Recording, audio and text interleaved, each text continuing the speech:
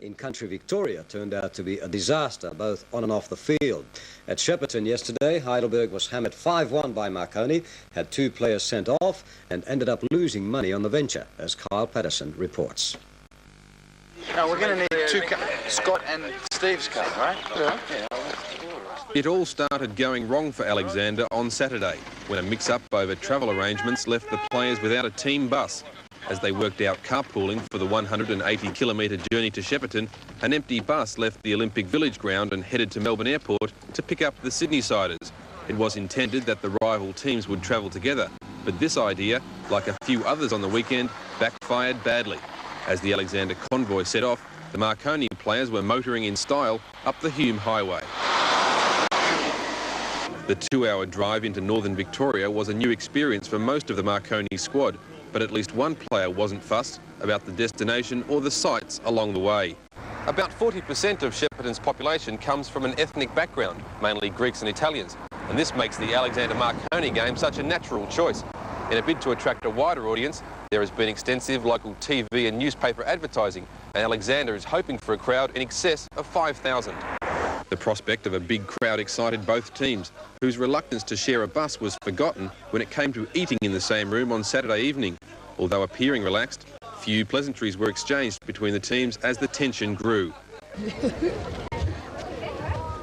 On match day, autograph hunters among the hundreds of children admitted free took the opportunity to meet the Marconi stars.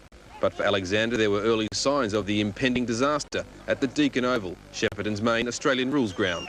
Now it's about half an hour before the kick-off, and it seems the crowd is very small, less than 1,000. Well, I've checked around, I've been around the ground, and it seems like it's only Melbournians which they are here, but we believe later on the local people will start getting in. It was to be a vain hope for Nick Katsakis, who revealed that 2,000 paying customers were needed for Alexander to break even.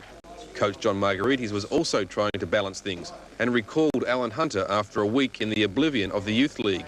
But for the Socceroo and his colleagues in the Alexander backline, the game was a nightmare from the opening minutes. So free kick from Marconi comes in, away.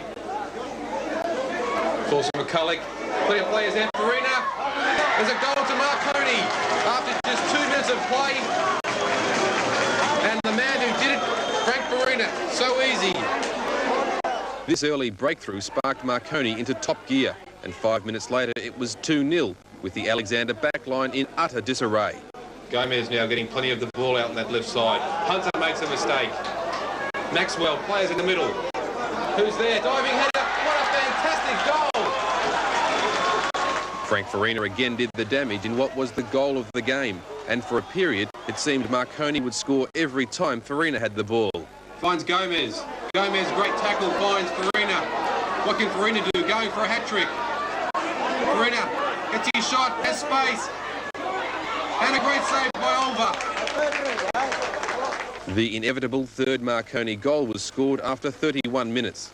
Maxwell does well to intercept, looks for Farina. Gomez in the middle, looks in for Gomez. Brought down, and a penalty against Steve Marley. Alexander claims the tackle was made outside the penalty area, but a replay shows that referee Bob Marshall from Canberra could not be faulted for this line ball decision. So the penalty kick for Farina for a hat-trick. There it is. 3-0 to Marconi, 3 goals to Frank Farina. And Alexander are in for a hiding if they keep playing like this. Despite taking a 3-goal lead into the second half, Marconi was forced into some desperate defending, marshalled superbly by Tony Henderson. But 15 minutes of increasing pressure finally paid off for Alexander. Alexander pulled one back. Great lead-up work by Anastasiades and McKenna. And Zalakis tapped it in. It was to be a short-lived comeback by Alexander, whose rapid demise was sealed inside 2 minutes of what could only be described as pandemonium. And a free kick there. And Dilly. Silly play. Andy Dilly's been sent off. Well, that was a very irresponsible piece of play. The free kick had been given. Andy Dilly threw the ball in disgust, and referee Bob Marshall Gave him his marching orders. Gomez will take the kick, and he scores! Well, that makes Andy Dooley's mistake costly up. Not only is his team down to 10 men, but they're now down another goal. Jerry Gomez, as cool as you like, planted that one. And now, as we see more protests by another send-off, Steve Marley has been sent off. When Andy gets sent off for throwing the ball, which was it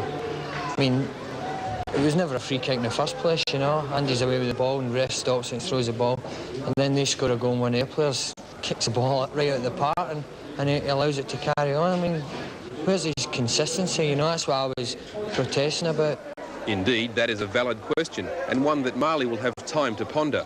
Because he was also booked yesterday, he faces a 3-week suspension. The remaining 25 minutes of the game were a mere formality for Marconi, who showed some charity by scoring only one more goal. So Maxwell into the area. Steve Maxwell, make it 5. There we go. What a procession we have here. Very classy goal from Steve Maxwell, but up against 9 men, Alexander don't stand a chance. The frustrated Alexander supporters directed their anger at referee Marshall, but thankfully only insults were thrown. The real blame for the debacle, according to coach John Margaritis, lies with his players. Everywhere went wrong. The first 10 minutes, well, they scored 2 goals, and then we collapsed, and score should be basketball goal, like we didn't lose by 30 goals. Firstly, we've got to teach our players that this is not state league. And I'm afraid we're carrying too many state league players. Too many players who aren't good enough? I would say not good enough. Probably they're not mature enough, or probably they don't know the standard of the competition. I mean, it requires more effort than that, mentally especially, you know. For Alexander, the real heartbreak came when the gate takings were counted, after a disappointing attendance of about 2,600. On the crowd figures that you have, fewer than 2,000 people paid, and it seems most of those people were from Melbourne. That's right. You're correct. You're correct.